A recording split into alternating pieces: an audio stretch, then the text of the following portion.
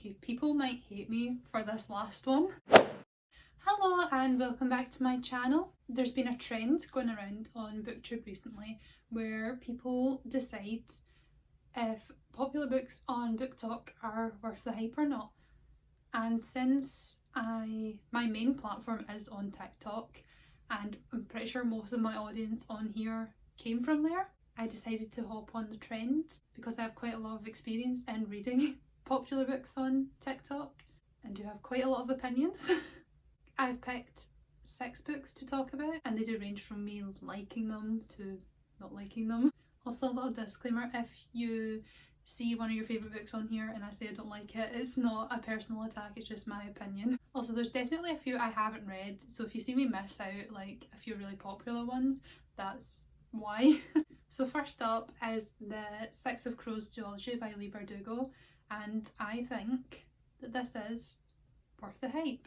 This is probably one of the most hyped books across all bookish platforms, I would say. Even on Goodreads, I think the average rating is like a 4.5, which is really high considering like so many people have read it. And I have to agree, it is a really good book. It's set in the Grishaverse, and this one follows these characters living on this like island called Ketterdam, and basically these 6 main characters come together and they're quite opposite. They're kind of like 6 misfits and they're just coming together, and what they have to do is perform this heist in this prison to earn a lot of money. Basically, they're basically in it for the money, and I really love this book. I totally see why so many people love it. The writing is amazing. I've actually read the Grisha trilogy by the same author and she has improved so much since then, and this duology really proves it.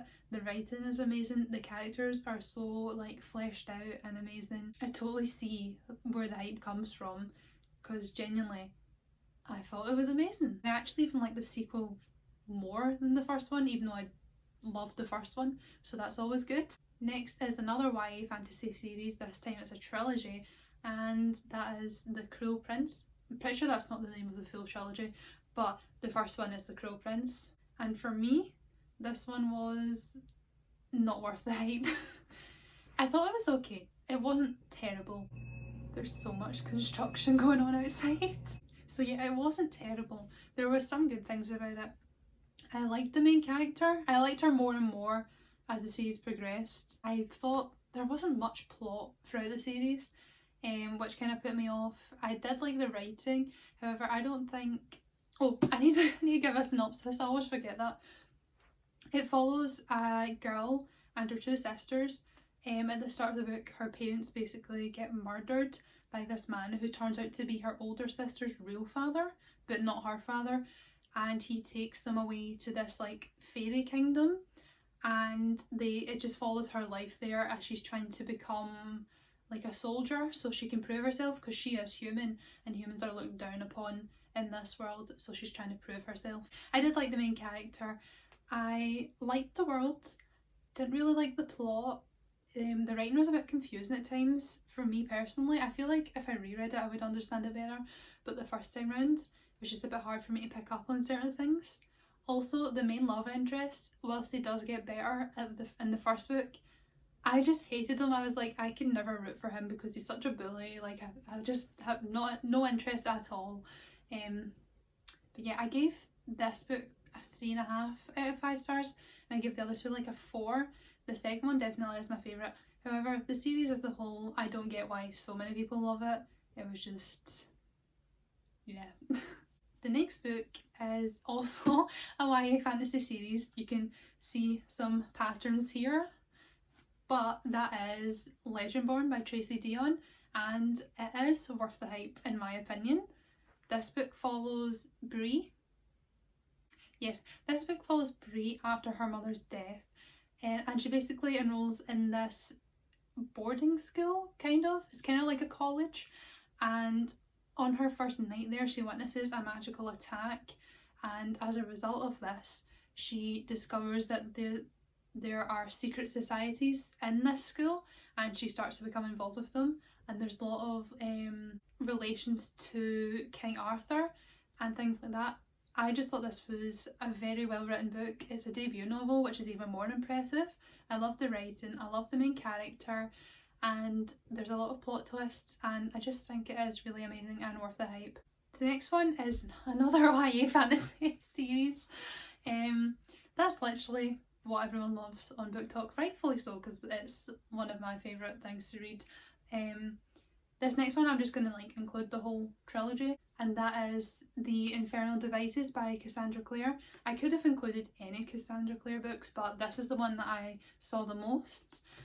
And this one is a little bit mixed for me. I would say it is worth the hype, however, not when I first read it.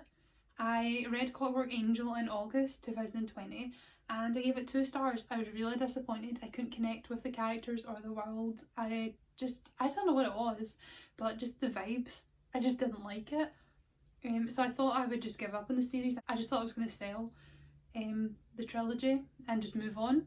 However, people convinced me to read Clockwork Prince and actually listen to it in audiobook, which was a lot easier to get through. And I ended up giving it 4 out of 5 stars, and then I listened to Clockwork Princess on audiobook as well. I think I gave it around the same. So overall, I did like the trilogy. Then I reread it and liked it even more, especially the first one. The first one I bumped my rating from a 2 to a 4 out of 5 stars. So overall, I would say it's worth the hype. Probably my favourite Cassandra Clare series I've read so far. I've only read 2, but I still liked it better than The Mortal Instruments. The next book is actually an adult fantasy book, so we're switching it up a bit. Still fantasy, but different age range. And that is The Invisible Life of Addie by V. Schwab. And yeah, again, I'm mixed on this. I would say, I don't know, I love the book personally, so I would say it's worth the hype. However, I totally understand why other people wouldn't love it, and I do think this book is so hyped. Wherever you go on TikTok, you will see this book. Everyone's talking about it, and I do totally understand why someone wouldn't. Objectively, I can see the flaws in this book. However, I loved it, and it did live up to the hype for me. This book follows a girl in 18th century France who is getting forced to be married, so she wants to regain control over her life. So she prays to the gods at night, which is something that she shouldn't do. So this devil comes and grants her wish. However, what she doesn't know is, whilst she'll be granted freedom, no one will ever remember who she is. So basically she's now immortal, but no one will remember her name. She can't even write her name down or speak her name. So it's just about her life, and it follows 2 timelines, her in the past and her in present day New York, where she actually meets someone who remembers her. I did love this book. I thought it had really pretty writing. I liked the main character, and I feel like this is the case of, if you don't like the main character, then you won't like the book, because you're just in her head the entire 500 pages. But yes, I would say it is worth the hype for me personally. Okay, people might hate me for this last one, but I think Legends by Marie Lu isn't worth the hype. This book was hyped up to me so much. I never heard a negative thing about it. Everyone's talking about how amazing it is. And when I picked it up, I was really disappointed. I just thought it was very overdone. This book was published in 2012, so you can't really blame it for that.